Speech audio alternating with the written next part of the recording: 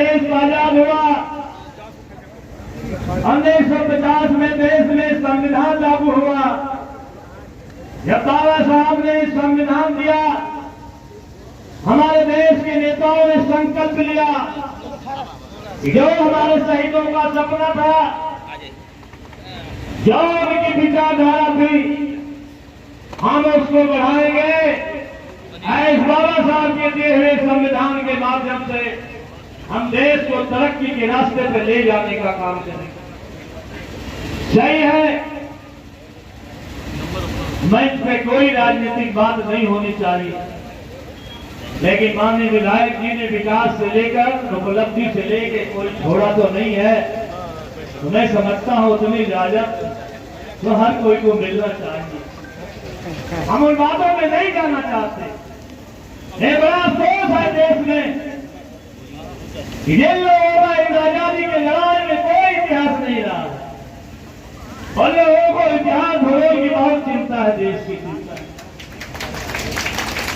हम उन चीजों में नहीं जाना चाहते। कोई नेताओं का जिक्र किया, मैं उनको भी बहुत हम लोग आदर से उनका नाम लेते थे, स्वर्गीय अटल जी हम लोगों के बीच में नहीं, जिनकी कविता का उदाहरण हुआ, मैं उनको नमन बंदन अभिनंदन करता हूँ।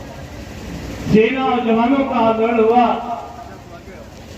मैं इस मंच के माध्यम से सेना के हित में, जवानों के हित में, देश में इतना बड़ा ऐतिहासिक फैसला तात्कालिक मुख्य प्रधान हुआ, रक्षा मंत्री माननीय मुलायम सिंह यादव जी ने लिया था।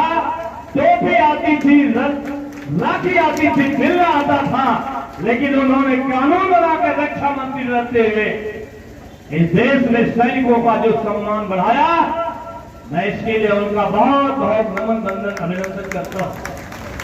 केवल इस बात का नहीं है कि हम हर साल आते हैं,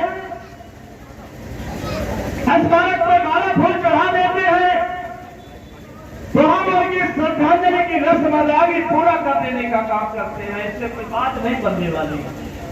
हमारे सम्मानजनक लोग रहे हैं, सम्मानित रहे हैं, इतिहास रहा है, हम उनको हमेशा याद करेंगे, लेकिन बात तो तब बढ़ेगी, हमारे बुजुर्ग लोग बैठे हैं, बड़े बड़े नेता भी बैठे हैं, जब हम उनके विचारधाराओं को, उनकी सोच को आगे बढ़ाने का काम करेंगे, तब हम उनको सच्ची श्रद्धांजलि देने का काम करेंगे। हम उन चीजों में नहीं जाना चाहते जिनमें उन्होंने क्या किया, लेकिन चर्चा हुई तो चर्चा तो करना पड़ेगा। आदरणीय गुरु जी हम लोग की आहुति देंगे सीधा थानापुर जैसे जैसे जगहों पर आजाद होने के पहले ही तिरंगा फहराने का काम किया। आपको विचार जरूर करना होगा कि उस देश की रक्षा हम अग्निवीरों के सवाल से छोड़ देने का काम करेंगे तो देश की रक्षा हमारी कितनी। चले, हमने आपकी भी बात मान लिया, लेकिन हम जानना चाहते हैं यार जो हमारा सैनिक भर्ती हुआ है, परमानेंट फौज में हुआ है, वो भी शहीद हो रहा है, और अग्निवीर का जवान भी शहीद हो रहा है, वो भी भारत मां की रक्षा करके शहीद हो रहा है, लेकिन क्या वो शहीद का दर्जा उसको मिलने का काम हो रहा है कि नहीं? क्या हम इसमें विचार करने का काम नहीं करेंगे?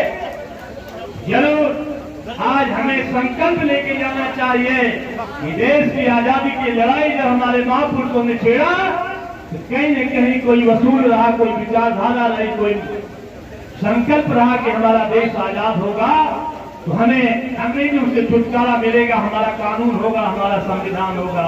हम इस संविधान के तहत इस देश को आगे बढ़ाने का काम करेंगे। तो हम बहुत ज्यादा कुछ नहीं कहना चाहते, लेकिन इतना जरूर कहना चाहते, आए हुए सभी हमारे